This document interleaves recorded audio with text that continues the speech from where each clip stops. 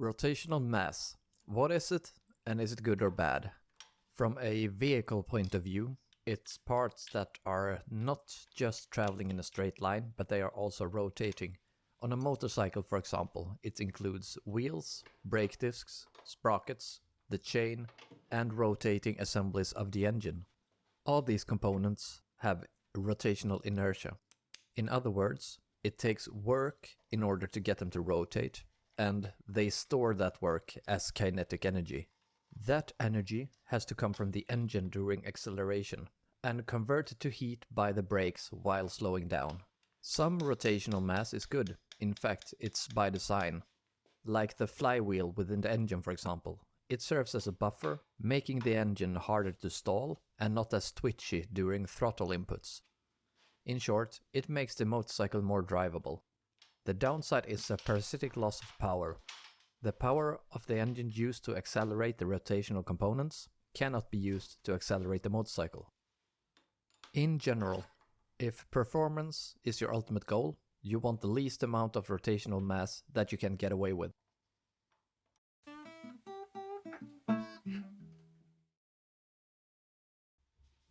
So a 520 conversion, what is that? Motorcycle chains come in different sizes. For road bikes, the most common size is 530. A 520 chain is less hefty. Therefore, an equal length 520 chain is lighter than a 530, thus reducing the parasitic losses.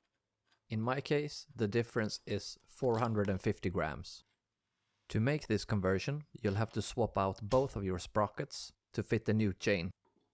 The sprocket I picked is a bimetal sprocket. It's 800 grams lighter than the 530 all steel sprocket. A couple of things to keep in mind. A 520 chain is not as strong as a 530. But my bike isn't very powerful, with about 50 horsepower. A 520 chain is more than up to the task. But if you have a really powerful sport bike, you might want to think twice about this conversion. Same goes for a touring bike that you put a lot of miles on. A smaller chain will wear faster.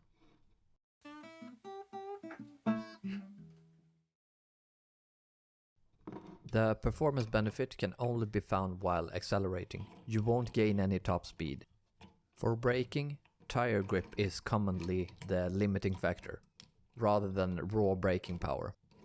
The performance benefit is dependent on a lot of factors. For example, how fast is your bike in the first place? It is not easy to quantify. We have to pick a scenario. And my choice is the classic performance metric 0 to 100 kilometers an hour or 0 to 60 miles per hour.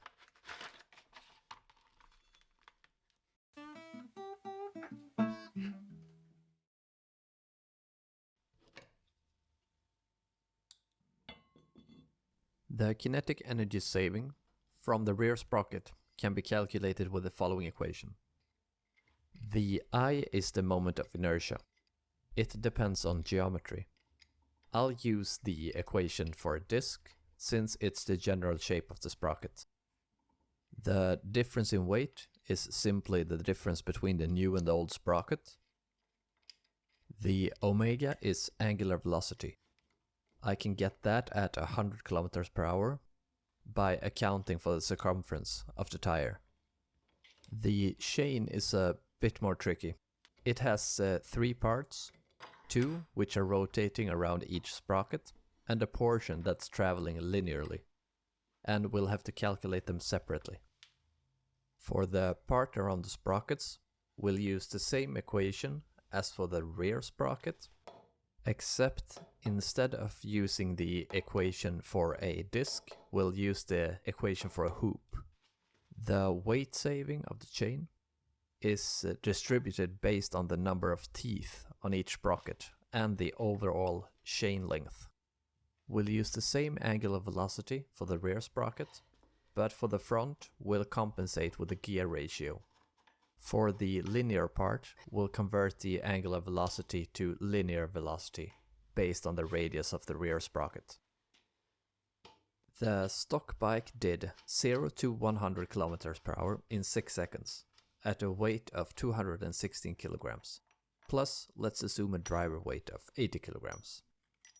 This means that 25.52 horsepower of the engine's power was converted into linear speed. Now let's add our savings over the 6 seconds, and that power becomes 25.53 horsepower.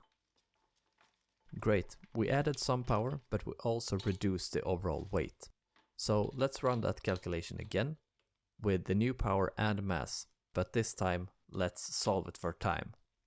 This tells us that we're now 2.8 hundredths of a second faster. Let's rerun the numbers again and see how much power you would have to add to the bike without reducing the weight in order to get the same performance. This tells us that we have a perceived performance increase of 0.12 horsepower.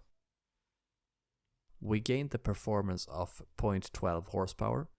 91% of that came from an overall reduction in weight, and 9% came from the fact that we reduced the rotational mass. I'll leave a link in the description where you can download the model so you can check how much of a difference it will make for your motorcycle.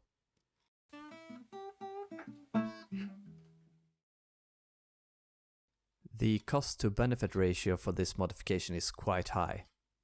But yeah, just look at that beautiful sprocket. There are other benefits to this modification too. To some extent these parts are unsprung mass, which is good for suspension performance as well, but I think that's a topic for another video. If we look at the equation for the moment of inertia, you can easily see that the radii is a large impacting factor. I have tubes in my tires right now, simply because my rims needs a modification in order to fit the tubeless valve. Getting rid of the tube will likely yield way more performance than the modification we made in this episode, because the radius of the wheel is larger than that of a sprocket. Technically, that's a cost saving too, since a tubeless valve is cheaper than a whole tube. And there we go. I suggest that you check this video out, where I make some brake parts. Thank you.